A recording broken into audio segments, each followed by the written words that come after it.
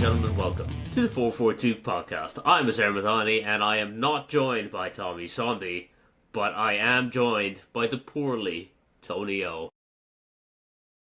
Yeah, I am here. You showed I up. wasn't. I Not the showed one up. not the one I thought would be skipping today. I wasn't. Yeah, Tommy beat me to it. I wasn't sure I was gonna be here, but I'm like, fuck it. Busy puts up with this shit. I would have. So. I would have gone solo this week if you hadn't made it. Happily, the 1 week I would have gone solo. Man, yeah, yeah. Shall we just get it underway so you can get it over with? Yeah. Arsenal 2, Man United 3, and yes, sir. These do not fit well under the headphones, but I'll keep them off for this section. Yeah. Wonderful. Delightful. Yeah. Oh my god. I've not been as pissed off at a game since United beat us 3-2 in 2016 when Rashford burst onto the scenes. Yeah. That was the last time I was so pissed off. Just a shit. Yeah. The thing is, I am taking this off because it does bug me under the headphones. It's not easy, is it?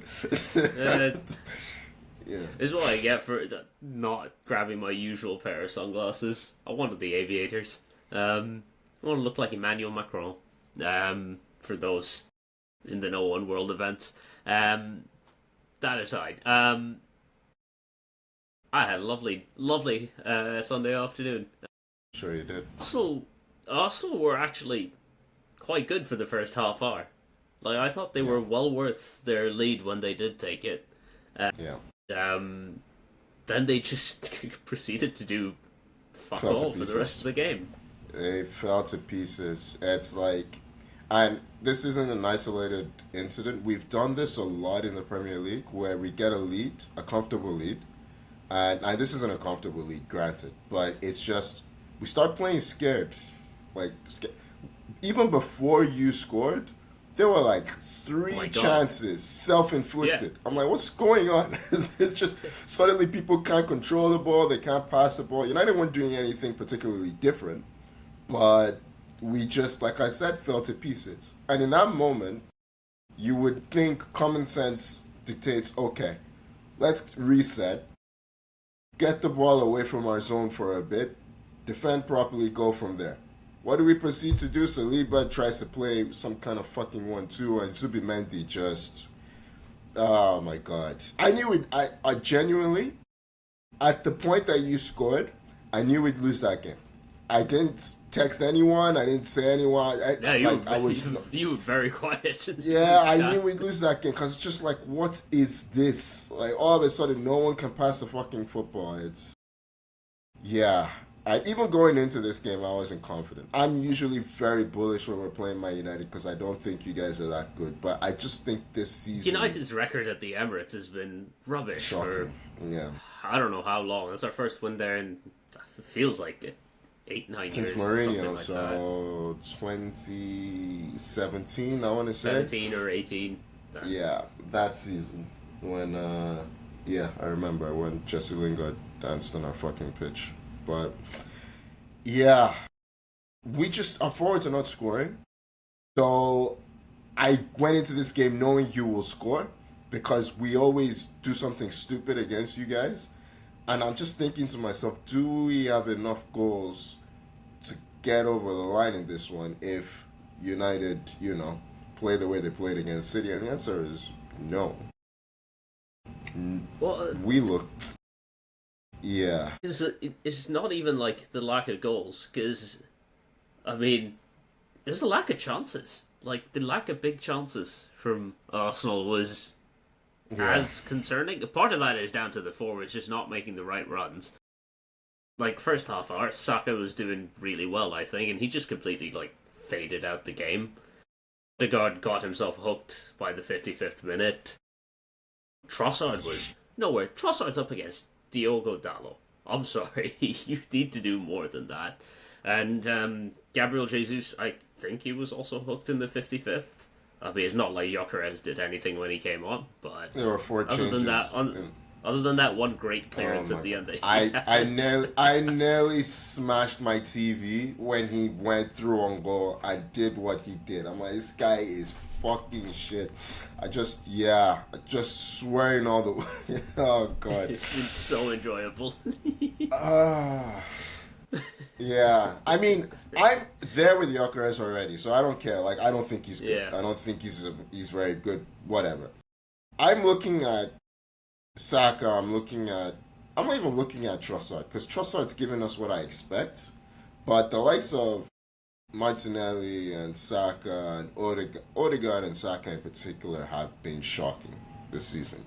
Like, we did a pod back when we used to be a bit more inventive. We did a pod with where we did, what's it called, team of the season or best players in the league. I think it was best players in the league. This was like 2 years ago, and I said I didn't put Saka in there, and you and Tommy did, and you thought I was crazy for not doing so, and I was like, well, for someone who's supposed to be one of the best players in the world, I don't think he's scoring enough. Then he proceeds in 2024 to have a crazy year where he's scoring and assisting every game. Since he's gotten that second hamstring injury, I'm not seeing him. Like, he's very conservative. Have taken a bad hit this season.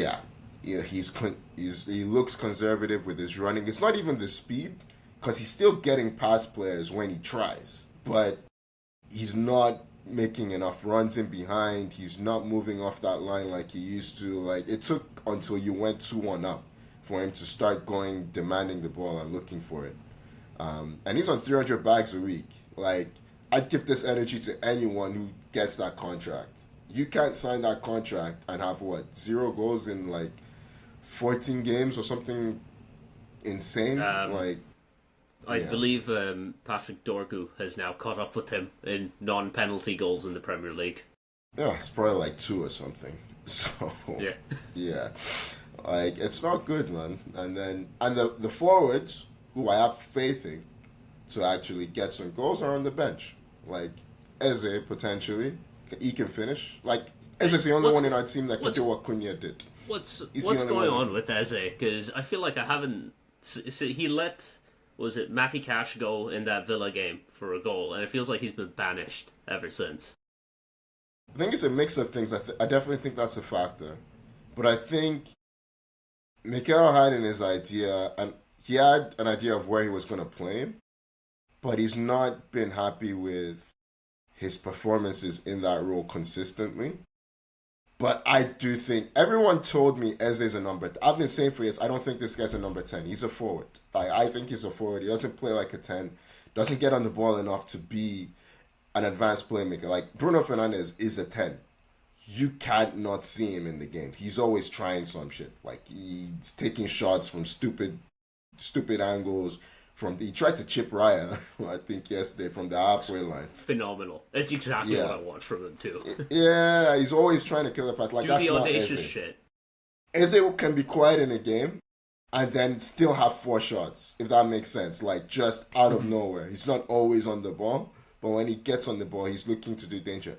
I want that in my forward line. Not enough of my forwards are doing that. Not enough of my forwards are taking shots from outside the box. So... we've been putting him in midfield as Odegaard's rotation. It's this is not the way you use this player. This is going backwards. Yeah. So, yeah, I mean, Odegaard got taken off, but he was, I don't know, man. My head's just scrambling all over the place. I don't even know where to begin. You begin by, I think, starting Mikel Merino up top for the rest of the season. Yeah, I mean, I want him in the team for sure. He looks your most dangerous striker. He had 3 shots when he came on. Well. He had 3 shots when he came on. He had one which I don't care that Harry Maguire didn't get a penalty wasn't given against Maguire, and I don't care that Dorgu, because I think it hit his hand. So it was a big... The Dorgu one, I'm not. It wasn't conclusive if it hit his hand. Plus, that goal's so nice, you have to allow it. I felt are defending in that because Zubimendi just straight up stops He playing. He's stops. Yeah, convinced. Yeah, he's convinced it will be handball.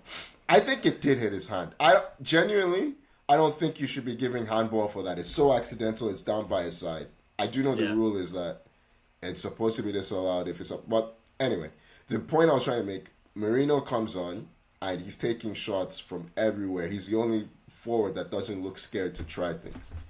I don't know why he's not on the pitch. Since Gyökeres came back, it's been shoehorn him here, shoehorn Jesus here. Jesus does not have the physicality to play Premier League football. It just doesn't. Europe, sure, he looked great against Inter, but the damning thing about Gyökeres was when I saw the starting lineup and we'd started play, the game had just kicked off. I messaged one of my United supporting friends and said, I really wish Gyökeres was starting, which is just kind of sums it up because he seems to be such an easy win for Premier League centre backs right now. I don't think I think if you said that for Marino, I get it. Are you scared of Jesus? Like, what difference does it make? Weirdly, more than Gyökeres. I don't know why. Like, he's just as toothless. He's just as toothless, man. Yeah. You know what? Fears ended up being unfounded, regardless. There was no way Jesus was going to score. Look, United were good on the day in terms. What I will say about you guys is you have players. We haven't even started talking about United yet. I will be gushing. Yeah, you have players that can put the ball in the net. You don't need to dominate games to be dangerous. We need to dominate games to be dangerous. And yeah, it's frustrating. But I knew Cunha was scoring the moment it dropped to his feet. The moment it dropped to his feet on the edge of the area, I'm like, oh, well, we ended up losing because, just after we scored, we started playing stupid again. Madueke running the ball. That's another one that hasn't fucking scored in 25 games. Like, he hasn't scored. He hasn't scored a Premier League goal in a year. He hasn't scored or assisted. Games. 25 games? Or assisted. It wasn't an exaggerated number. It's 25 games. Yeah. A full calendar year without a goal or an assist. God, you know what? It's just really nice to have forwards that can shoot. Mbeumo had a really nice little touch and finish. Raya almost saved that one as well. The first one. I guess when you're the one who's scared, when you're the one who's scared the chance is going to be missed, maybe that's your perspective. Yeah, I didn't think he was going to save it, but he got closer than I thought he did. He got a piece on it, but then the second and third goals are just phenomenal stuff. Patrick Dorgu needs to never play left back again. Keep him on the left wing. Let him run. He's such a confidence player, man. Like the first bit of the game, he was having a rough go at it down that side as well. But geez, I don't know what Carrick said to him at halftime. I did not see that specific bit of interplay with Bruno coming. Dorgu is not exactly one of our, close range technical passers that I'd expect to pull that little sequence off. But, you mean for his goal? Yeah. The little 1-2s with Bruno, that's not something I expect out of Dorgu. And that shot is also not something. Which is why he controlled it with his hand. He is a messy player, to be fair. The ball bounced off his hand. The hand did not do much controlling on that. Well, but that hit though, it's just I couldn't believe it. He will never score a goal like that. Like, Dorgu is not one of those that can strike the ball consistently from distance. Weirdly, it was. He scored a banger against Newcastle as well, just after Christmas. Yeah, I'm not buying it. Maybe he's one of those. Sometimes he swings his foot and it just connects sweetly. It was very Tony Yeboah. Do you remember? The famous Yeboah in off the crossbar. It's like my favorite thing was he went online and posted basically sometimes when you're in that position you just have to smash it. verbatim quote from one Odion Igalo when he played for United. Okay. It's a deep cut. I believe that was 2020 against LASK in the Europa League. Okay. Igalo kind of just juggles the ball at the edge of the box and just volleys one in. Strikes it. That's a weird. Like, where? Why does your mind go there? Honestly, it was a great goal. It's just a great goal, and I just remember it. I have a weird amount of love for Odion Igalo. He was an absolute joke, but I had a lot of fun with him. Maybe Dorgu is a United fan. I feel like you have to be a United fan to remember that. You have to be a United fan to pull Odion Igalo remember out 2020. the bag. That's more my point. It's like, why does your mind go there? Like, I don't even think I've seen this goal, but yeah. No, I'll send you clips. League. I'll send you clips. Yeah, it's Europa League, like, just before COVID shut down. Okay, I'm not gonna watch it, but feel free. I will send you clips anyway. And then, Arsenal... Arsenal, Arsenal go ahead, they equalise. Yeah, your standard set-piece goal. Sanlamans kind of gets stuck behind the January 6th riot happening in front of his goal. Arsenal desperately trying to scale the capital. Of the Arsenal players, which one of them would be the QAnon shaman? The guy in the big furs and stuff. I think that would be typically Saliba, I think. I feel like Gabriel has QAnon shaman. No, he's the one that you're freeing. He's not really the one doing much. Saliba's the one causing trouble. Saliba's the one causing trouble. And the shaman is the one that ran free into the capital. So I think, Fair enough. But we get, obviously, into the Cunha goal after that. And I would like to point out that Kobbie Mainoo playing in the double pivot has been excellent the last two games, and Ruben Amorim spent a fucking year telling us he couldn't run. He's covered the most distance out of any United player these last two games. It's not that he can't run, it's that he doesn't win races. Let's not rewrite history. Kobbie Mainoo is a good player. I've always said that. I think he was overrated by United fans, but he's a good player. However, if you want to play Kobbie Mainoo, has to be in a three-man midfield. Bruno Fernandes drops in off the ball to make it a three. That was not happening in Amorim's system. Simple fact that Amorim was not... Well, Amorim was starting Ugarte Casemiro midfields over giving Mainoo a shot. That's fucking criminal. That's like, why Ugarte should never be unless I fucking hate Ugarte. So I'll be so. He didn't sign him, did he? That was Ten Hag, right? That was Ten Hag. Don't worry, we're still paying for Ten Hag's crimes. But yeah, we get to the leaving, Casemiro's leaving. I mean, if he's obviously not worth the money he's on, because he's on some insane $350K a week, but he has been good, better this past season. I would say, because you signed him for 5 years, right? I don't think he's gonna be. Is his contract up at the end of the season? Yeah. Okay. So 4 years then. I thought you signed him for 5. Maybe it was a 4+1. It was a 4+1. Okay. I think this has been the maximum outcome, the best possible outcome across 4 years. He had a killer first year, fitted physically, down second year. Yeah, but he still scores. He's great on set pieces, great in the locker room. Other players clearly love him. He has a good connection with the fans as well. Like, I will genuinely miss him when he leaves. You just can't continue paying him $350K a week. It's just not possible. But yeah, I mean, playing only once a week does help, obviously. I mean, the scenes when Cunha scores, he does his little dance. You mentioned Jesse Lingard dancing on the Emirates. Nice to see the black kit come back out for another dance. I didn't see it. My mind blinded was by rage. I was not there, man. I didn't see it genuinely. Head's gone. Incredible. Yeah. Incredible. And I mean, we spent about 20 minutes talking about this game. But There's nothing else the one to last fucking thing, talking about. yeah, the one last thing I will point out is I really enjoyed towards the end when Gabriel went up top and Harry Maguire won a header against him, then just picked him up and walked him a few paces and chucked him. Just can't believe the ref didn't see it. So funny.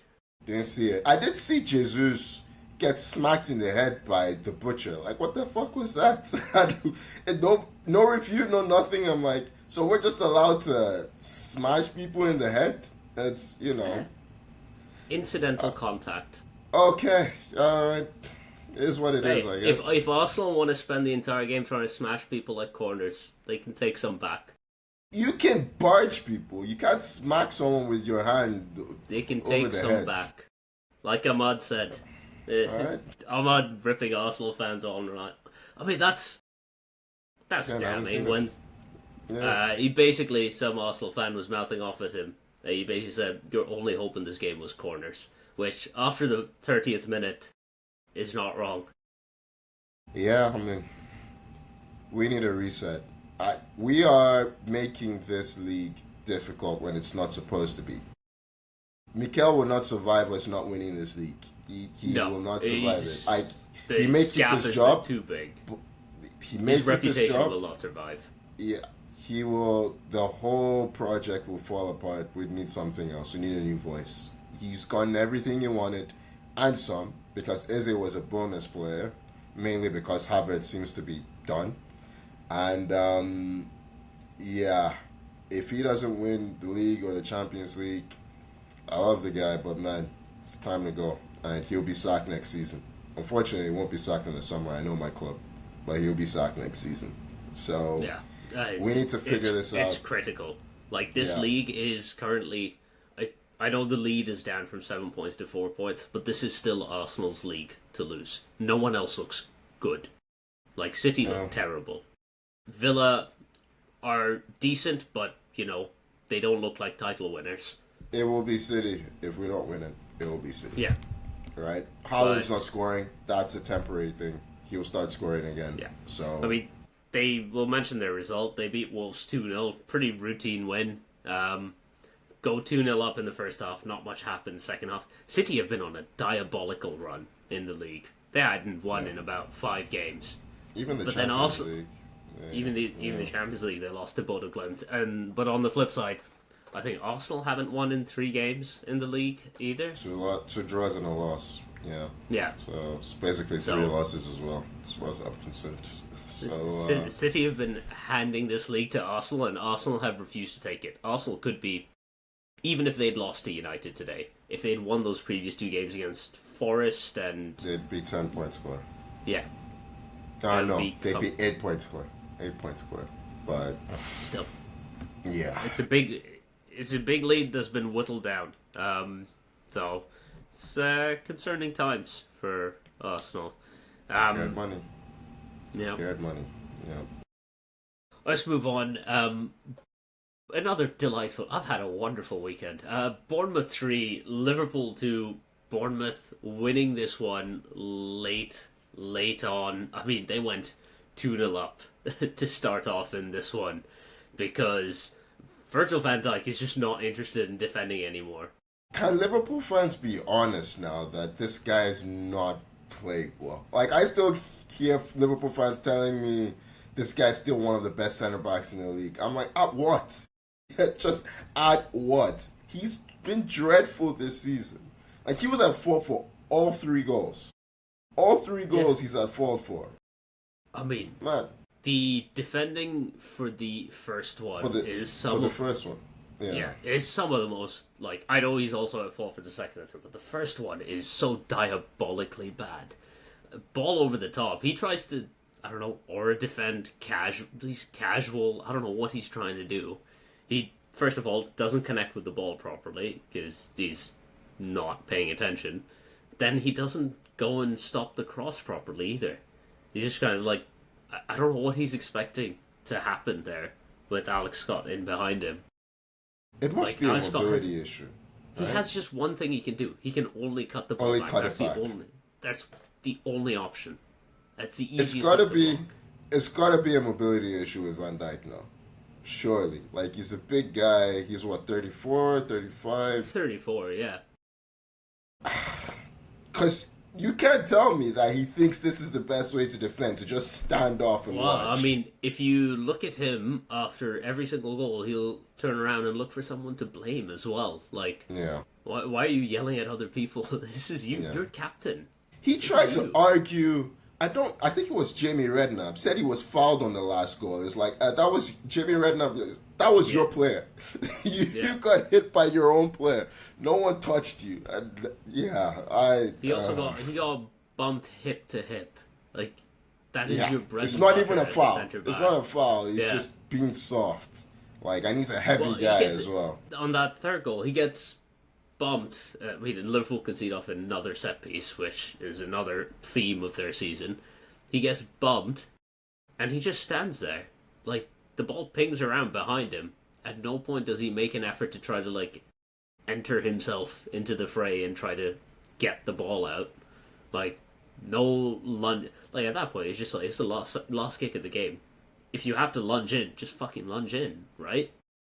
You felt it was coming all game. Those long throws, they were not winning the first header.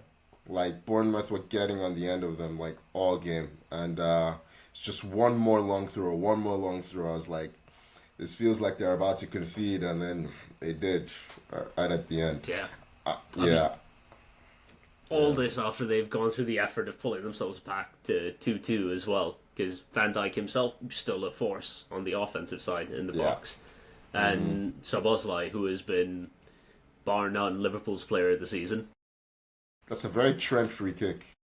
Very, like, the little back heel and whip. It just reminded me of Trent. I think I wrote in the group chat, he's replaced Trent's influence when you watch the team.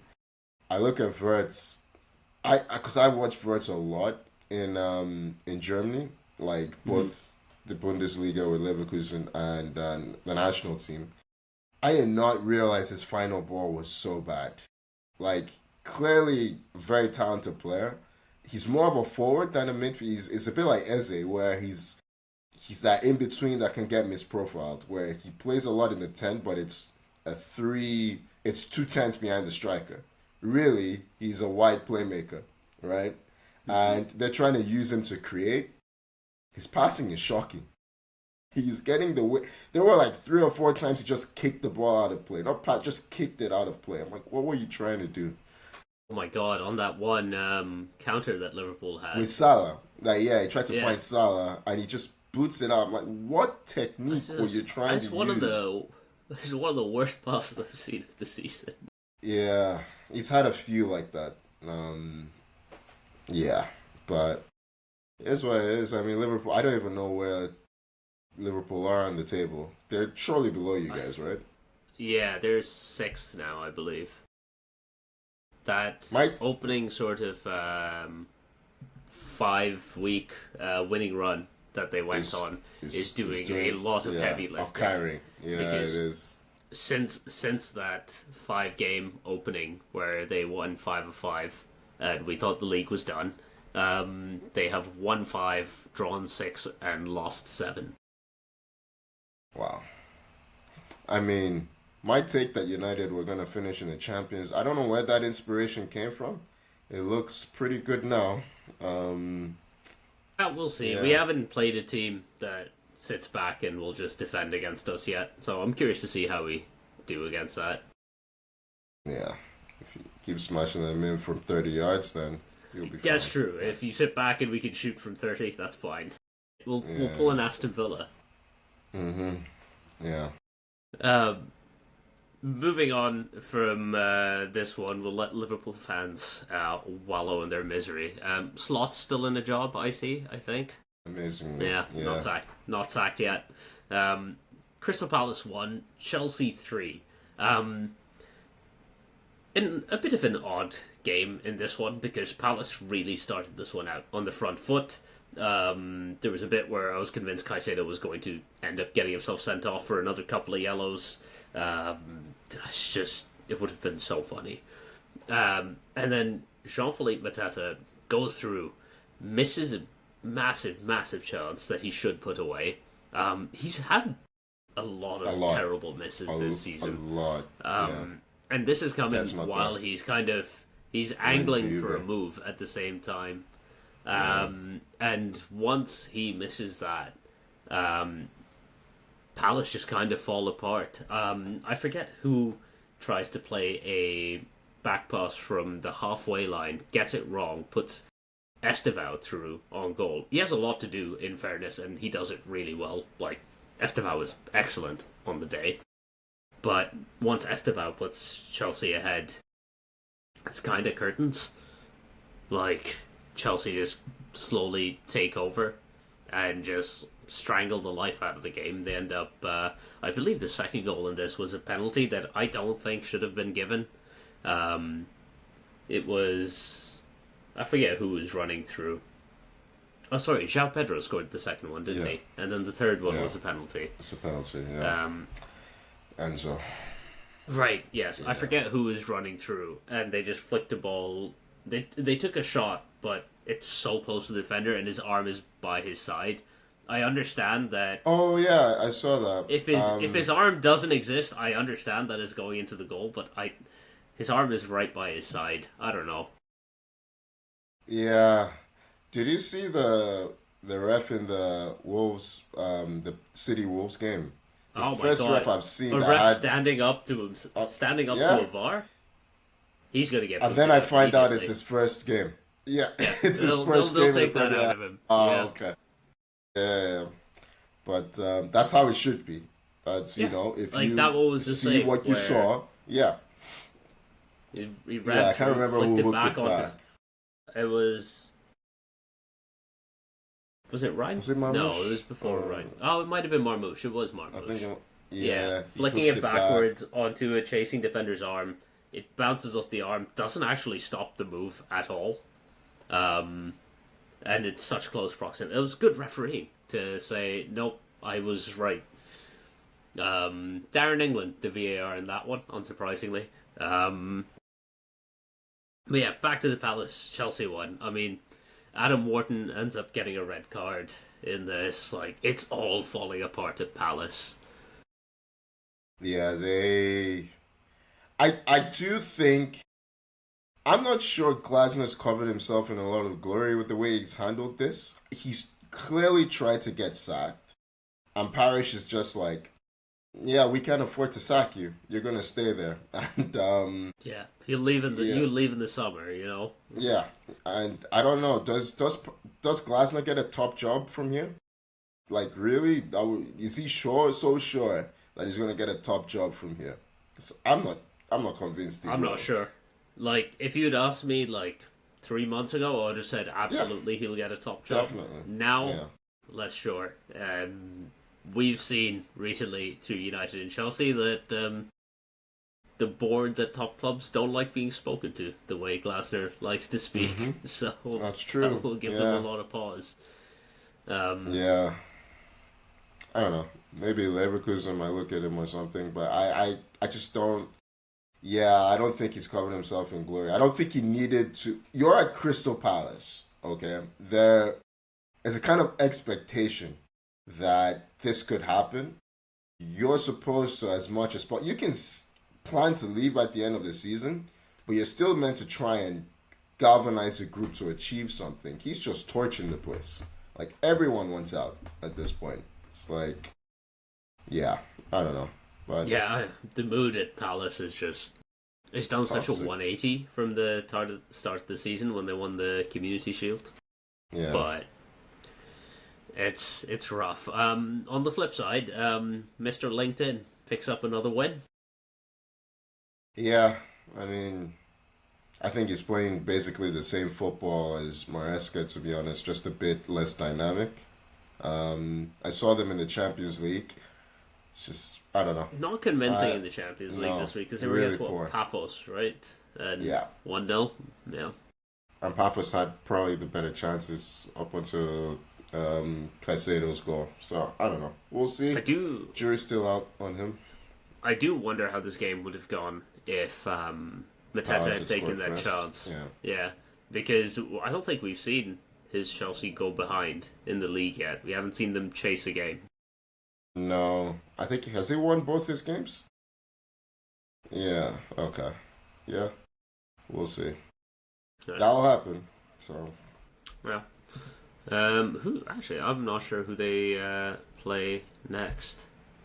Is they play Napoli midweek, so that's fine. Yeah. Oh, and then they have West Ham the week after. Though in fairness, West Ham have found a bit of form. So. Yeah.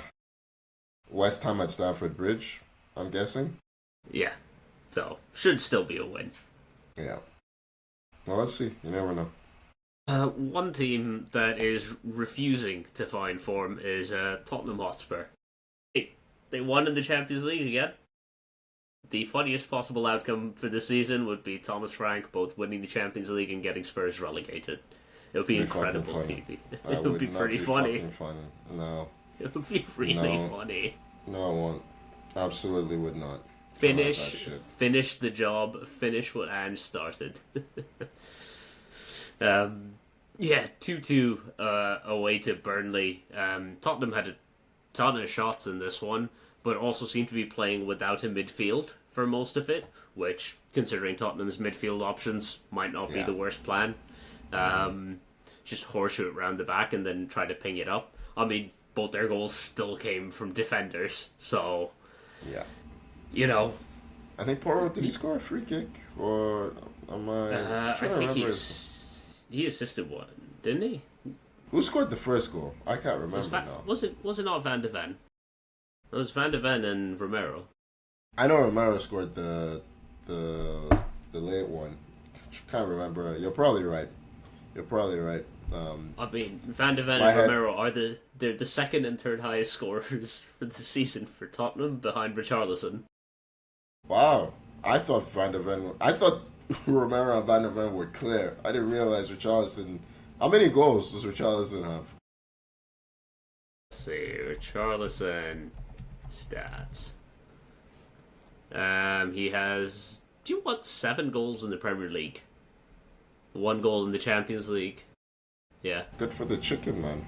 Yeah, well done. But yeah, I think Van de Ven is catching up to him. He might only be a goal behind at this stage. Because every time Tottenham score, it's one of those two. No one else is doing anything.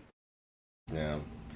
That project's over, man. The fans hate him. Yeah. Oh, it is done. We're just kind of waiting for when they announce his sacking. There was rumours going around that if they had lost to Dortmund, he would have been sacked after that. Which, they've actually been quite good in the Champions League. I think they're in the top 8. You look across the board, the Premier League teams have been good in the Champions League because of the physical differential, right? Like, yeah. Tottenham are a physical team. They're just not very good on the ball, like, at all. But that physicality tends to run out in March, April, so we'll see. But, yeah. 2-2 with Burnley is not great. It's not a great result. As coming from the fan of another team that's drawn 2-2 with Burnley, you don't feel good after. I can imagine. That was Fletcher, wasn't it? That was Fletcher, and God, that game was frustrating because we had, a goal incorrectly disallowed. Thank you, Pigball, for coming out and saying that a week after. 2 off the line, 2 off the post, something like that. But, in the end... sorry, go ahead. In the end, a 2-2 draw with Burnley is a 2-2 draw with Burnley. Yeah, Tottenham are 14th. They are only... they're 8 points clear. That is higher than I thought they were. Good on them. They're 8 points clear. 6... Oh, yeah, they are 8. No, they're 6 points clear. No, I'm looking at the wrong thing. I'm looking at goals scored. I was looking at goals scored. Yeah, they're 8 points clear, unfortunately. I mean... Need a West Ham...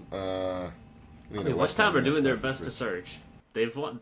West Ham are tied for the longest winning streak in the league currently with a 2-game win streak, so... Yeah.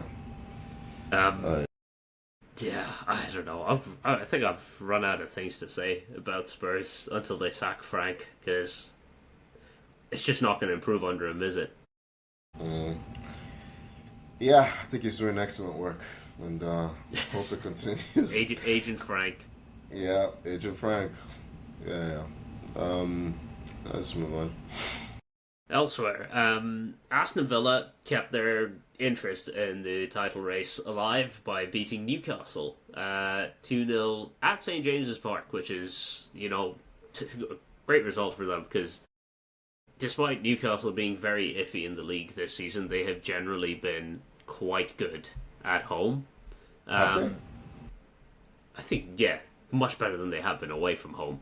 I mean, Newcastle dominated possession in this one, but Villa took the lead through Buendia, another goal from outside the box for noted XG haters Aston Villa. And Ollie Watkins sealed things up right at the death with a really nice header. Villa wobbled a little bit last couple of weeks, but yeah, seemed to be coming back around. Yeah, I'd expected they would beat Newcastle. I just don't think Newcastle have been very good this season. Eddie Howe has been complaining about we haven't been able to invest in the squad and stuff. Spent like 200 mil in the summer. Yeah, on Visa. Yeah. I mean, you spunked 50 mil on Anthony Elanga for he's been the worst signing.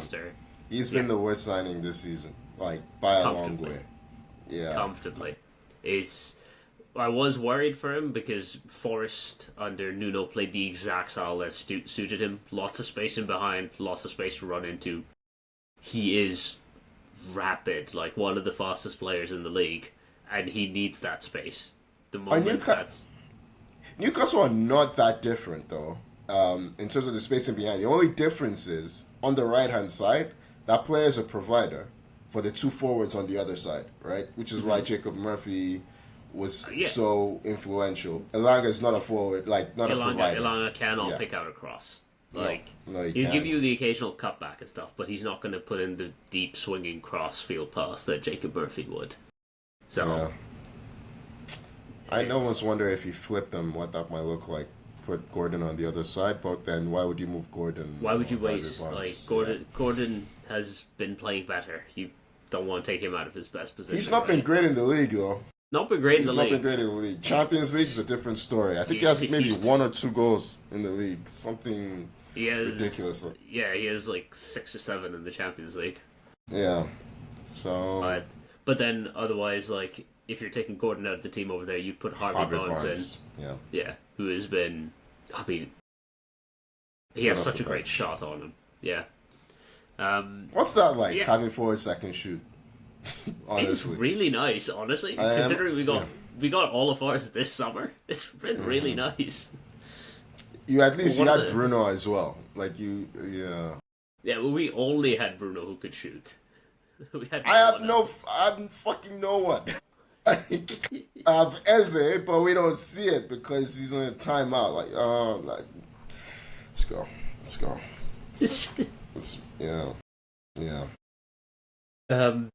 Yeah. Anything else on Villa?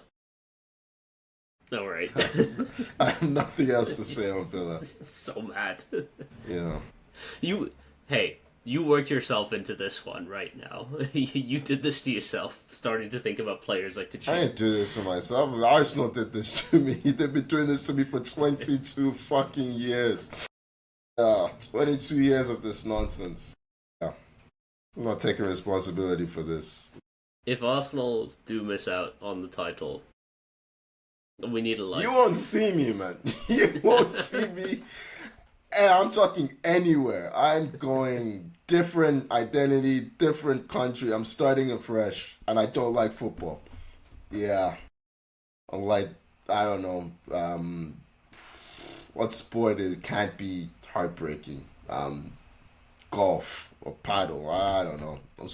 Take up paddle. That's probably the best way to go about it. There's someone else who might not be liking football very much is Brahim Diaz. He of the arguably worst penalty I have ever seen in the AFCON final. Yeah. He went back to Real Madrid this week, and other than walking into a club that has recently sacked a manager. His first game back is against Villarreal. Villarreal have a big little ceremony at the start because Pape Gueye, the man who scored the winning goal for Senegal, I saw that. Villarreal. Yeah. So they're having a big ceremony. Camera immediately swing pan to Brahim Diaz, zoom in on him just like hiding in his jacket, slowly clapping. And in something that I can only describe as rubbing salt into the wounds, Real Madrid win a penalty late on. Kylian Mbappe takes it, Panenka's it, scores, and afterwards says that he did it for Brahim. Peak bullying, man. Peak bullying. It's just mean. It's just very mean. He will never shake that off. Like, for the rest of his career, that's what he'll be known for. Yeah, that's a stain. That's a stain you can't wash out. But, that's... Yeah. Yeah. Deserved. He's got to follow me so to... funny. Yeah. Yeah, he's going to join you on the paddle court. Yeah.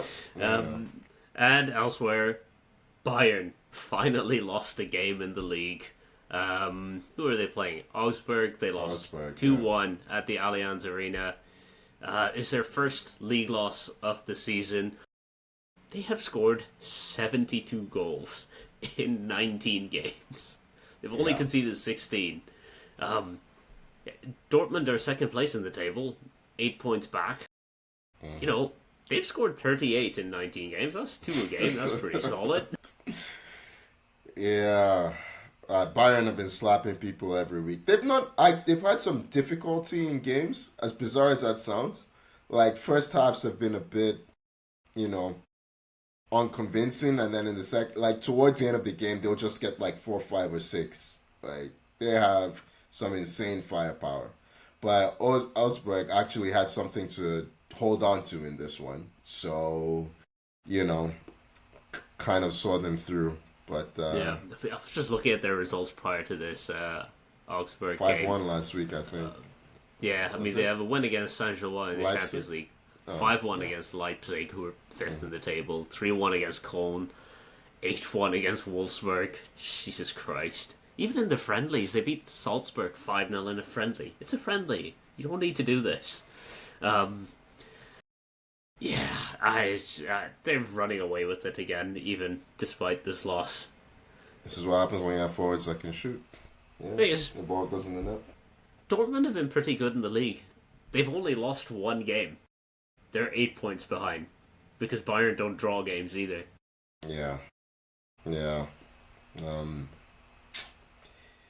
I mean, the decision to hire companies worked out for them, I think. It's worked out well. His style of football works really well if you have players of Bayern's quality. It's kind of similar to what he did at Burnley when they won the championship. Because Burnley were phenomenal that season. Which is great profiling. That's how you want to hire a manager, right? You look at what works. We were a bit skeptical. I mean, anyone would be skeptical. A guy that gets relegated with Burnley. Like, it felt like he relegated Burnley for his own career, in a way. Yeah. To not compromise. But then this justifies it because he's gotten the dream job and, Bayern will be a force in the Champions League, you have to imagine. Probably the favourites for me, to be honest. I think it's them and Arsenal are ranked as the 2 favourites right now. Yeah, because they're first and second. But, as I said, Bayern don't need to play well to win games. We have to be perfect to win games. And I think... Or you could just chuck it in from a corner, man.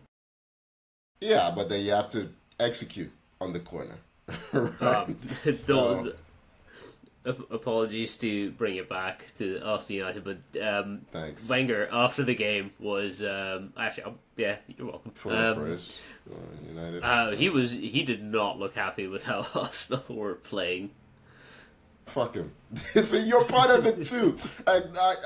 Man, don't get me started, man. Don't get me started. He was there when we fucking lost the league to Leicester. Losing to Man United, the same fucking shit. And now he wants to talk about someone else. Man, stay in your lane. Go work with FIFA. No one wants to. Yeah, he's on that being with fucking Richard Keys and Andy Gray, isn't he? Like, I'm pretty sure, yeah. Yeah, I don't need to hear from him. Like, yeah, you did a lot for me, but the last few years, pain, a lot of pain. Yeah. It's like Declan Rice coming out and saying every fucking time. I'm like, yeah, every fucking time. You were shit too. You were shit too. Declan, you are part of every fucking time. Yeah. You can fix this. You were on the pitch. We do have a game today. Everton against Leeds. Who's at home? How are you feeling for this one? Everton are at home. You dropping stuff now. Yeah. Dropping stuff like Arsenal drop points. By the way, do you feel like this is a side note. Forwards are struggling this year, or is it just me? Like, It does. Weirdly, goals don't seem down, but forwards I don't think are playing well. I think outside of about 3 or 4, it just feels like forwards across the board are struggling. Like even United, your forwards are not, when they do score, it's quite spectacular. But I don't think the numbers have been there consistently across the board. No, Maybe like it could. but Mbumo has been so. Mbumo hasn't consistently played well, but he has consistently scored. Like he will score every few games. Cunha has obviously not consistently scored, but he started to ramp it up recently. Sesko actually hasn't played much, but we know about his struggles. We've been through that. It's been all over the place. I think Semenyo, Haaland, obviously, Igor Thiago. Those are the ones who have really, maybe Krupi, but the usual forwards that you'd expect have not been. I Even feel if like Tike's gone badly off the board. I feel like Igor Thiago will go 4 games without scoring and then score a hat trick. Yeah. Yeah, he's like bunches. Anyway, I mentioned this because I was thinking of Calvert-Lewin because he's having a great season. I thought you were thinking about Tierno Barry. No.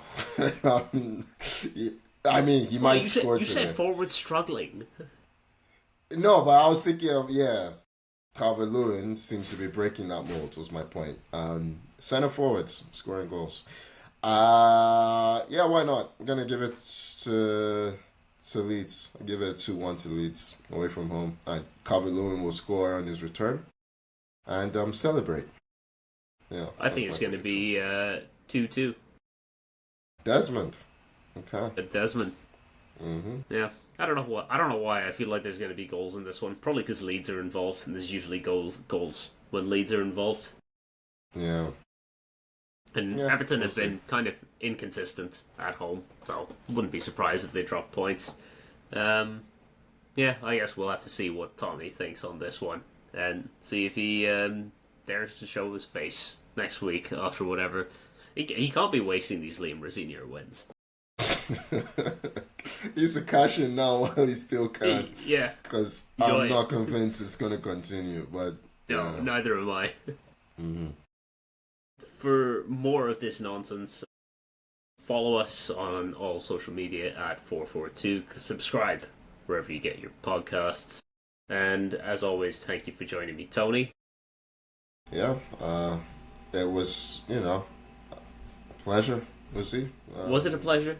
No, it wasn't. No, there you go. You don't need to lie. And thank you for listening. Get these back on for the sign off. Why not? We'll see you next week. Bye-bye.